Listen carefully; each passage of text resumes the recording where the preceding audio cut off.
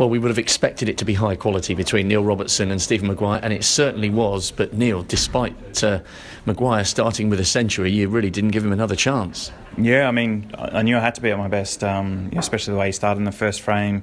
Everything was hitting the back of the pocket, and I knew he was in the mood today to play well, so I had to respond and take my chances when they came. And I couldn't have been more pleased with the way I played the next three frames. I won them in off the opening red, and set up a nice lead at 3-1, and started the next frame really well. And he came back and he looked like nicking it, and was a bit unfortunate to go in off the yellow, which was, I guess, probably the only turning point in the match really, because that was pretty much the only mistake he made. So very pleased with the way I played. Other than your form at the Champion of Champions, is that the best you've produced this season? I mean, that's definitely the best I've played so far this season, without a doubt. Building up nicely. Had a extended break, with some time off over the summer. Probably, an extra sort of 5 or 6 weeks off compared to the other players. So I knew round about now that I'd start to come into form.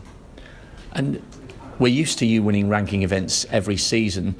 But then there was a little gap between Wuxi and winning the Champions. Did that just reinstill a little bit of confidence that maybe had begun to ebb away a fraction?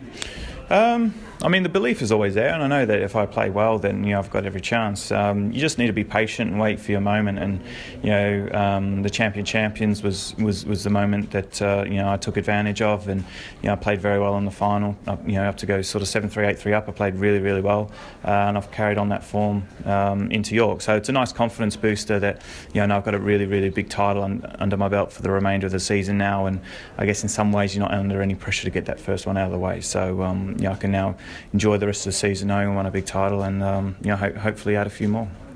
Well, you had a big title, and John Higgins has had two, and if he is to beat Jamie Burnett, that is a cracking match in prospect between you and John. Yeah, I mean, John and I have had some incredible matches over the years, especially on the BBC as well, which makes it even more special. So definitely the player of the season so far, someone I admire very much and always looked up to. So it's great for the game that he's back somewhere near his best, because when you play someone like John, it's always a big occasion, and one that I always enjoy.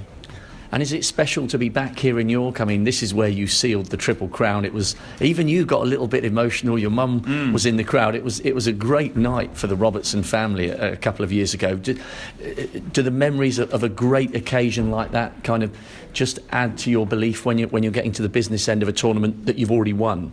Yeah, I mean, you always look back to venues that you've played really well at, or tournaments, and it's always good to draw on that experience and use it as a bit of motivation. It's obviously it was a wonderful night, and secured my Triple Crown. So I mean, I always love coming back to York. The city's it's very similar to Cambridge as well. The way a lot of history about it. So I sort of almost feel like it's my second home here. Great stuff today, and we look forward to that next match. Thanks, Neil. Cheers. Thanks. Thanks, mate.